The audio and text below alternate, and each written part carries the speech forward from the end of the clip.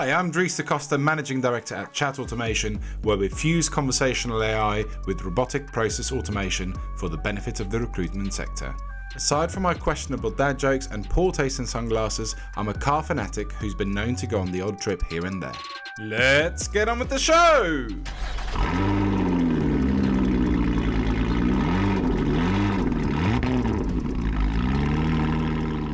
Well, good morning. It's just before 8 o'clock on this fine Wednesday morning. I've pulled up at the train station. We're about to head into London, but before we do, I want to put a call in to our good friend Bradley Placks to see if he is about. Now, apologies, it is the UK. It is going to be 25 degrees Celsius or more, so the legs are on show today. But let's see if Brad is around, because Brad actually started a number of recruitment businesses himself before being founder and investor in two RecTech businesses all the way through to exit. One was Broadbean, the other MyResourcer. Since then, through his business To Augment, he has held various non-executive director roles and advisory roles in both RecTech companies and recruitment businesses, before now launching Mint 66, which is an employee engagement software platform. Actually, before we go into all of that with him, I need to confront him, because there is a vicious rumour going around the sector which we have to get his response to. So stay tuned for that. Firstly, to find out what this rumour is, and secondly, to see what his response is. So let's give Brad a call and let's see if he's about for a chat, a drive, and a coffee.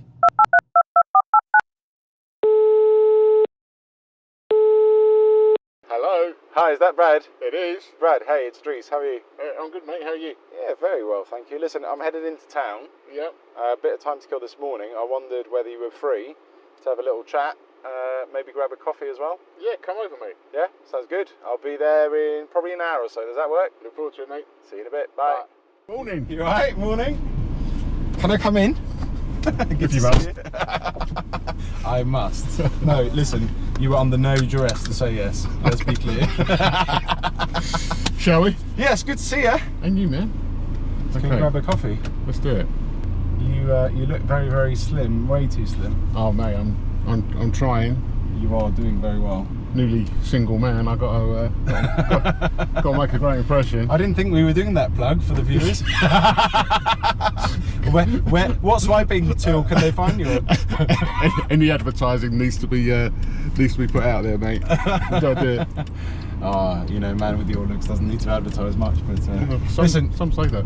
First and foremost, vicious rumour going around in the sector, which I have to challenge you on. Go for it. Don't know why you're smiling. This is serious.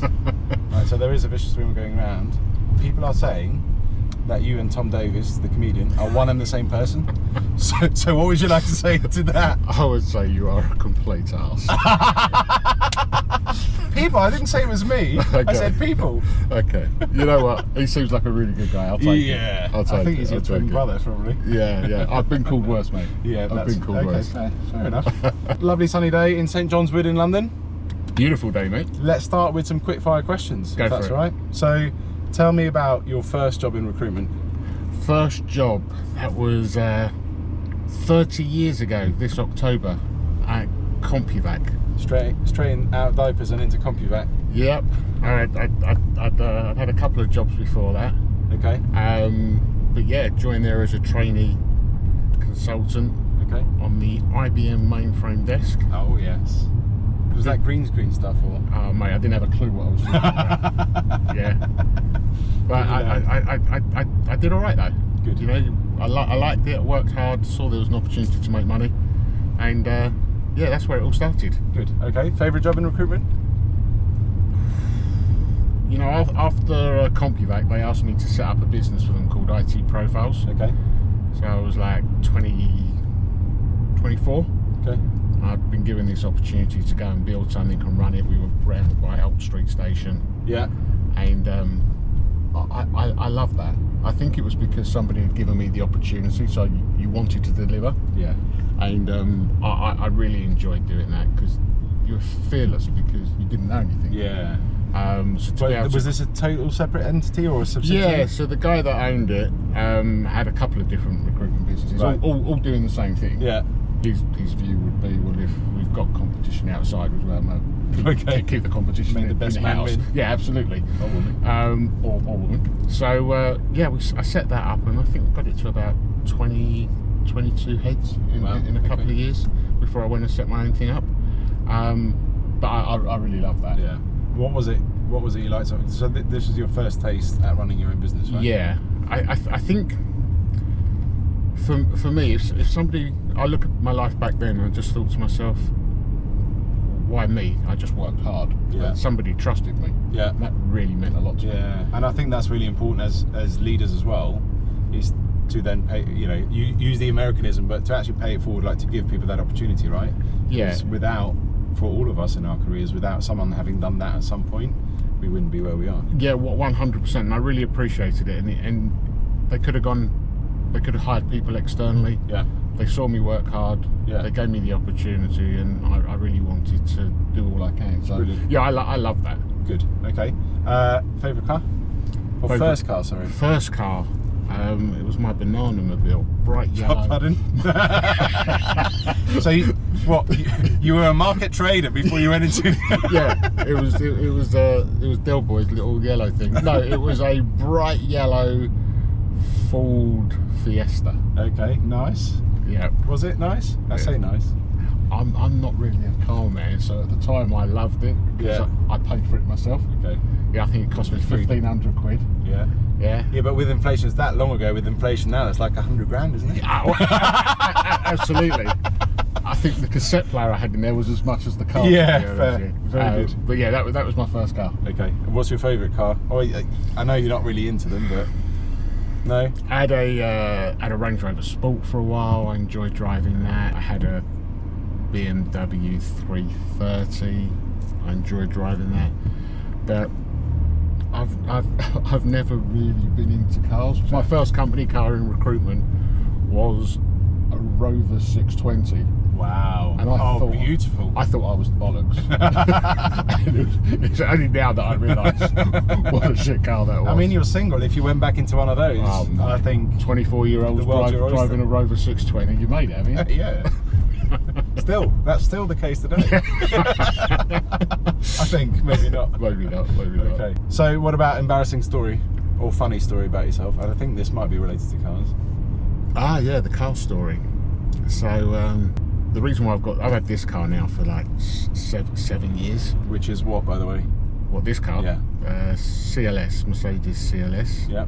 And when I got it, I made the decision I'm keeping it till it dies. Yeah, it's a gorgeous car. Yeah. So I know how to drive, but I don't know anything else about cars. So get it serviced once a year and that's it. Yeah. When it conks out, I'll get a new one. And that's because the two cars I had previously were stolen off my drive. But the first car, I had an X5. It wasn't quite stolen. Come down one morning, and I just sat in the car, opened the door, sat in the car. And I was about to put the key in. I just thought to myself, where the fuck's the steering wheel? And it was bonkers. They nicked the steering wheel, they nicked the centre console. Yeah. Wires hanging out, and like you're just going about your business. I just sat down. I realised I got CDs around my feet and everything else. And then after that, I bought it was a new E-Class. Nice. And again, nice drive. And I only had it a couple of months. And then 1:30 in the morning, I hear this almighty crunch, and I'm standing at my window. Yeah. And I'm seeing this thing being reversed No out way. my drive. And I thought to myself, I'm stark bollock naked. But by the way, this is really helping to put you out there, isn't it? And you might be nicking my car, but I don't wish that on you. So I just thought, what do I do? There we go. A gentle giant. Yeah. He's even kind towards thieves who are stealing his Absolutely. car. What about your life with family? Tell us about kids and stuff. 2 grown-up babies. Really I'm sure lucky. they'd appreciate you calling them. Yeah, they're my babies. So Nathan, 23. Yeah. Out in the States? Yeah, he's now moved to Tampa, which is really weird because we're really close. So Yeah. I do miss him, but I'm super proud that he's building a life out there. Yeah. What's he doing? So he works for Camino, one of my clients. He's Okay. I'm super proud of him. He's doing a really good job. loves the sector and works incredibly hard. So he's built himself a really, really nice life out there. He's got a great apartment, and I've been out there to see him already. And the weather's not too bad there either, right? Mate, it's phenomenal out there. A little bit damp from time to time, but nice and warm. Yeah, so he's really enjoying it. So it's great. He's there on a 5-year visa. Yeah. I don't think he's coming back. Okay. Which is it's his journey. It's one of those, isn't it? The world's a small place. I know you probably want to keep your children close, and like you say, you're already close, not geographically, but you probably do want to keep them close. But at the same time, you need them to go and build their own lives, right? Be successful in their own life. I'd love to be able to go and for a drink of coffee, a golf at the weekend or whatever, which we used to do regularly. Yeah. But actually, my main thing, I just want to see him fly. Yeah. And if it means he's got to do that outside of the UK because that's where his heart is, then fair play. Also, not the worst part of the world to go and play golf. When you are out there. The older I play, the worse I get, but that's a different story altogether. And then Talia, my baby girl. Yeah. Super proud of her as well. So she works really hard. A new artist, music artist, singer-songwriter. Yeah. So she's had a couple of songs that have come out this year, which is on Spotify. By the way, I've got to say, because I've heard her music, fantastic, soulful voice. If it's not a heartbreak, why do I feel broken? Cup wide open from the love we never made. And if it's not a heartache, when will I stop wanting for you to call me darling and tell me I will be okay? Thank you. So we will put a little link in here if you want to go and have a listen. Please do, because she is absolutely amazing. Thank you for saying that. I'm biased, but genuinely. I absolutely agree. I know I'm in your car and probably have a choice because you chuck me out, but genuinely do think so. But she wrote a song about you? Did I see that? Yeah, I put that on LinkedIn.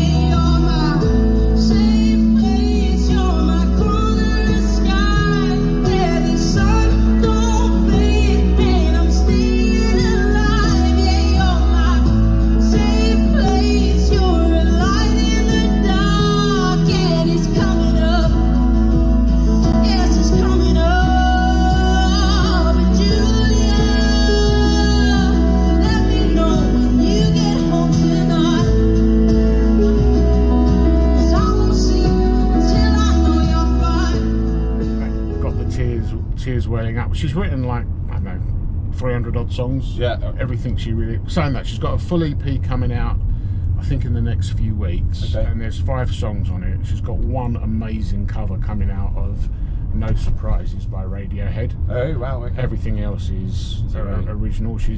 And she writes it herself, right? Yeah, so she's got loads of songs that she's co-written. With her management team, she's been introduced to amazing songwriters. Brilliant. She works incredibly hard, and it's interesting. So as like consumers of music, all we see is the final product. We don't see what goes into it. Yeah. And she works so hard, and she's so passionate about it. And for her, it's about the craft, not any potential success she may well get. Okay. But the song about you? That was just her and I. I'm very, very lucky. We got an amazing relationship, and the song that she wrote about me, just life's changed at the moment with divorce and all that nonsense. Yeah. And she just gets her feelings out there via song, so it's great. So talk me through when you first learned about she'd written a song about you. How did you find out? How did it make you feel? Oh, well, as soon as I heard it, I just have it on repeat at home. I'm just like welling up and this, that and the other. So ladies, he's a softie as well, by the way. Mate, I am the biggest softie going. I cry when they get through to the next round of X Factor. It's like ridiculous. So yeah, I'm super proud of her. She's done a couple of festivals, or she's done one festival. She's got Latitude coming up this weekend. Brilliant. So she's just doing her thing, and we'll see where it takes her. Yeah, fantastic. Let's talk work. So kind of, obviously we've already touched on your first gig in recruitment, but then tell us how Broadbean started, because you were one of the founders, investors in that business. Yeah, so my business partner at the time and I, we set up our first recruitment business back in '99. Yeah. Good times, and we were running that for a couple of years. Market started getting a little bit tight, so the idea came up. I thought we'll go for it. We'll put some money into it. Yeah. Hired a guy, developer, and we started it from sort of like the recruitment office. And before you know it, Dan Maguire, came on board. Yeah. Just top guy, unbelievable.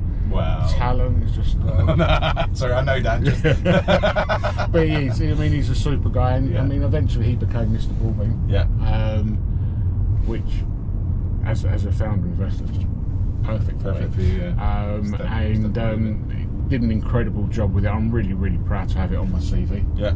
But then you went on to another startup tech company. Then I went on to another startup and called MyResourcer, Yeah. and it's interesting, through the advisory work that I do, Yeah. I always tell people you learn more from things that don't quite go right Yeah. than you do from all the successes. Right. I know it's quite cliche. That was a difficult business. Okay. Right idea, maybe not the right time. The tech was okay, Yeah. so I managed to get that business away. Yeah.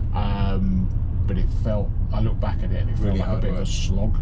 So that's interesting, right? Because you have a lot of people out there that will, me included, you look at someone and go, wow, you know, had this phenomenal success with like Broadbean.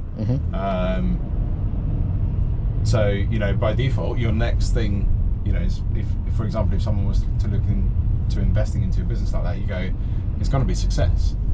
So that, how did that kind of feel for you, like mentally, having had that phenomenal success, to then go to that and it suddenly it's a lot harder? How did you cope with that?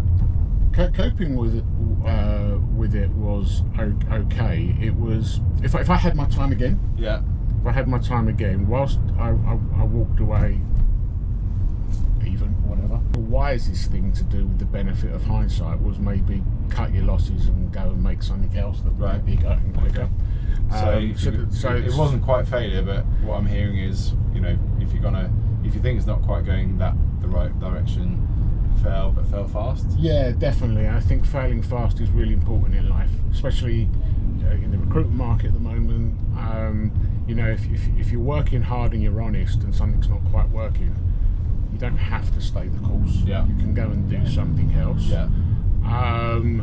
But just understand why things aren't working, Right. and go and do what you can to try and fix it. As long as you're always trying, no one's got a cast iron right to have everything successful. Yeah. And like, I'm very grateful. I've had more good than bad. Yeah. But anyone that tells you they haven't had anything bad, Yeah. it's just nonsense. Yeah. Yeah. And I don't think people are willing to have that ownership and that vulnerability, because it's all about perception and image. Yeah. And I'm really not driven by any kind of ego. It's not my vibe. No. And I think if you can recognise where you could have been better, it makes you better. Yeah. Especially when you're then helping people. What are you having, mate?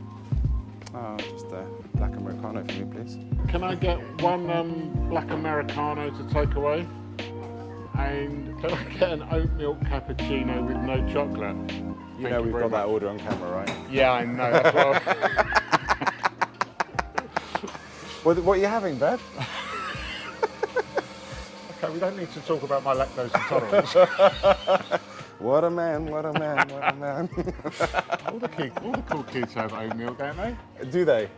That's what I've been told. Oh, right, My daughter okay. told me that. Fair. So I'm living it. This is how we treat all the guests of the show. They pay for the coffee. Thank you very much indeed. Thank you. Enjoy. Cheers. Cheers, man. Do you cheers coffee? We do now. We do.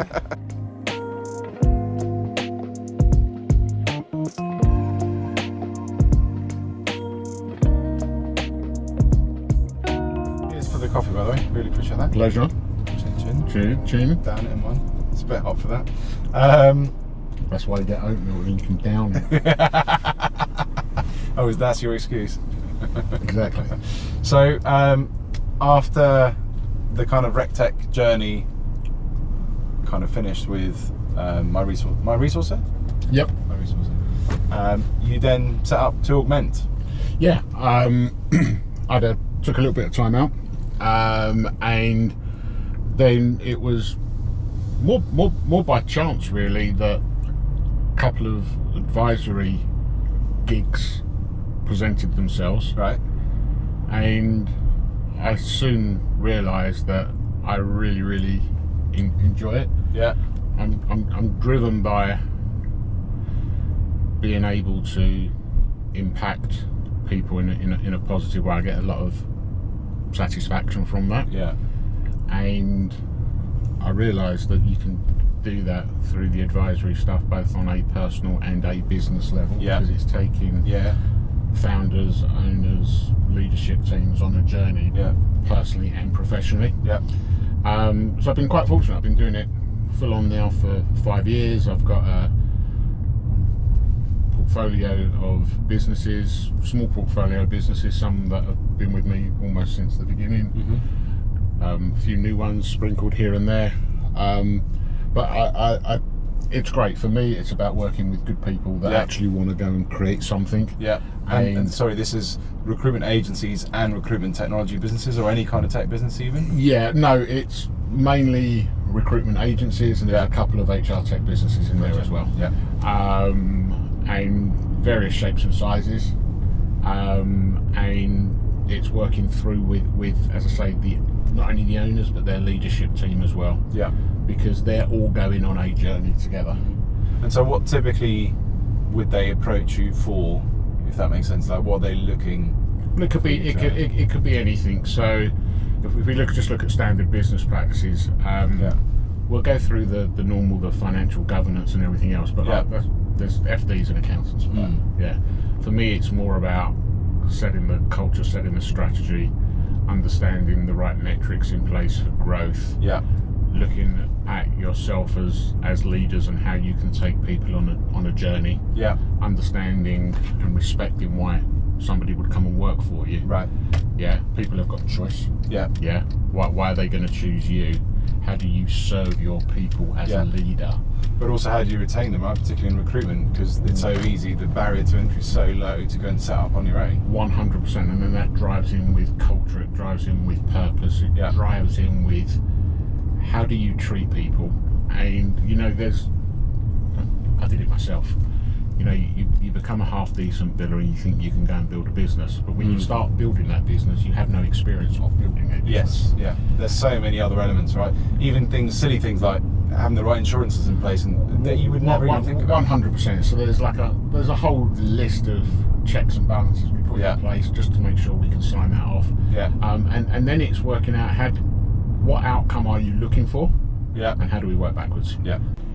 If you are in the privileged position that someone is going to work for you, you have a duty to provide the best environment for their personal and professional growth. Yeah. And in order to do that, you need to know how to engage with them. And you are a real man of the people as well, because now that Claire Kennedy has joined us, and we were at an awards thing the other night, I went, "Oh, Brad, this is Claire, you must remember." You went, I know it's a long time ago, but I gave you a lot of stick for being in an ivory tower. So I'm just yanking your chain. It was 2008 and I was already out of Broadbean by then. Fair, so I thought that was, you put me on the spot unnecessarily there. Oh, there was nothing unnecessary about it. However, it was quite amusing. What I have heard is Claire's amazing. Yeah. Oh, here we go. He's trying to pull it back now. She's amazing, and you're very lucky, and we are. Maybe she needs to consider if she made the right decision. but the beauty of the edit is I can cut this whole thing out, especially the point where you start having to go at me. No, I'm joking, mate. I'm joking. I think this is a nice segue into what you're now doing with Mint 66. Okay. Where obviously you talked about engagement, etc., particularly because this is an employee engagement platform startup with a twist, right? So tell us more about that. Yeah, I'm really excited by it. So I love the advisory stuff. I'm still going to do that. Yeah. But I just love the buzz of a new business. Yeah. And it really motivates me. So I met with a couple of guys that had this product, and we gelled really well, common purpose. So it's an employee engagement platform. In theory, there's nothing new about that. There's loads of them out there, loads of surveys. I'm rather cynical on these surveys because for many businesses it's a tick box exercise. Yeah. And from the research I've done, the vast majority are just satisfaction surveys. Yeah. Satisfaction surveys in isolation, they don't really tell you enough.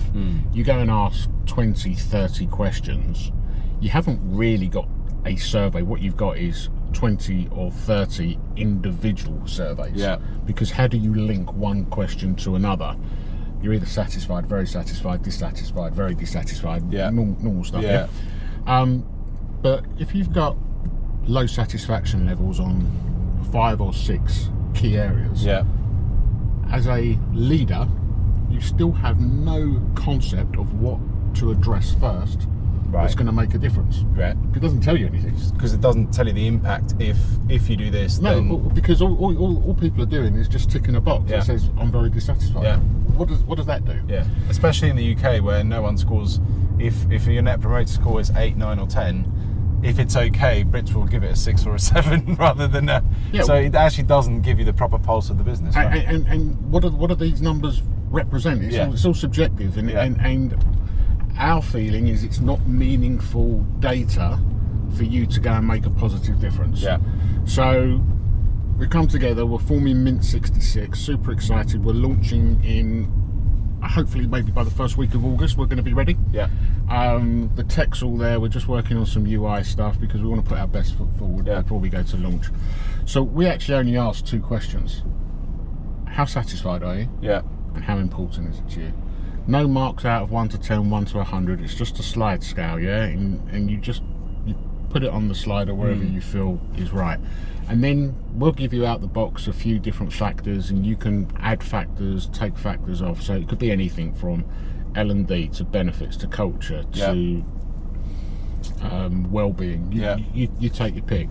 But we're simply asking people, not only how satisfied are you, but how important is it to you? And that's the magic, because if we understand what's important to people, we're in a position to make a positive change. Yeah. And which might not necessarily be like a big change within the business. It could be something that's low cost, or it's just a small tweak here or there, but it could have a massive impact, right? Which is what you're trying to find out. People leave businesses when things that are important to them are not being done. Yeah. As a leader, you can't always do everything that everyone wants. Sure. You can't please all the people all the time. Yeah. However, at least give yourself the choice to understand what your business is saying to you, because it's great people that make great businesses. Yeah. So if you want your business to be great, at least hear your people. Yeah. So with that in mind, if you've got high importance and high satisfaction, you're golden. Yeah. High satisfaction and low importance, you're still golden, because it's not important. Yeah. It doesn't take genius to work out. High importance, low satisfaction. Yeah. That's your pain point. That's where you're focusing on. And if we can help businesses address that, we'll improve engagement. Yeah. We will improve retention. Yeah. We will improve productivity. Yeah. It will seep down to the bottom line, and you will have a better business.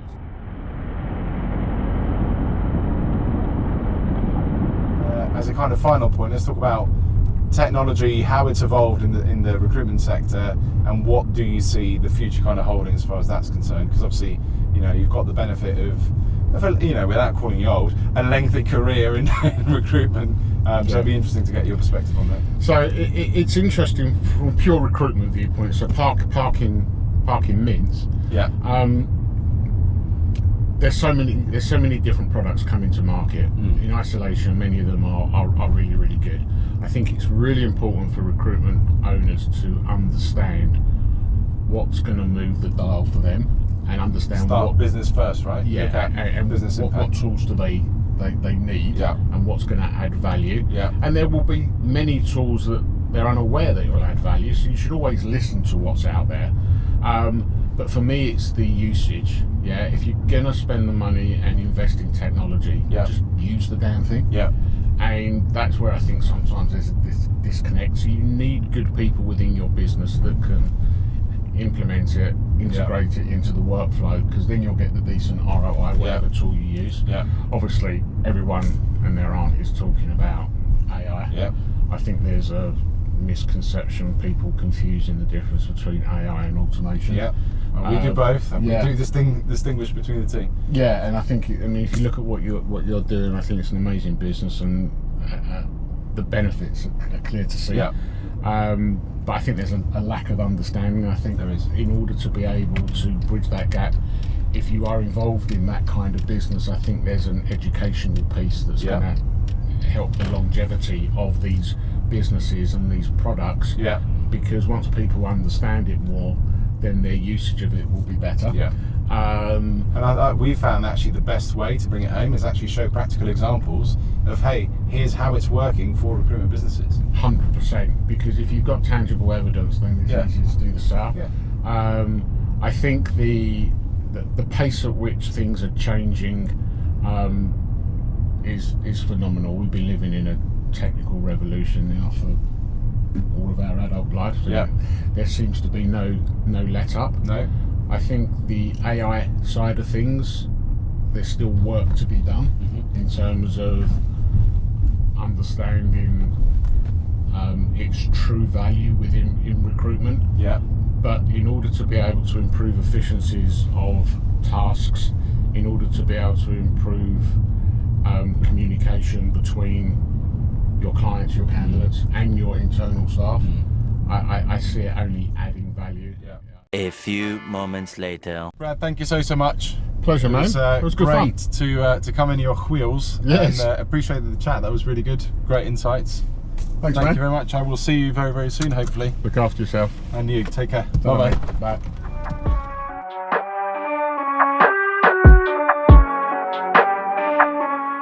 Despite what people say about you, we don't know each other that well, you actually come across as a really decent bloke, and it was quite good fun. Yeah, we're still recording. Yes, get in there. You heard it here first. That's going on the bloopers at the end. Dear.